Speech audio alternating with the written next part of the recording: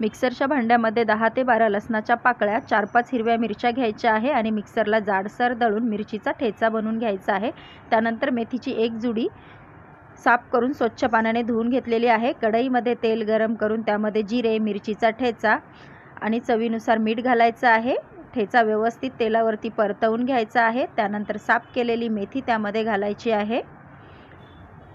मिरचीच्या ठेच्यामध्ये व्यवस्थित मेथीच्या भाजीला मिक्स करत 2 मिनिटं तेलावरती परतवून घ्यायचं आहे।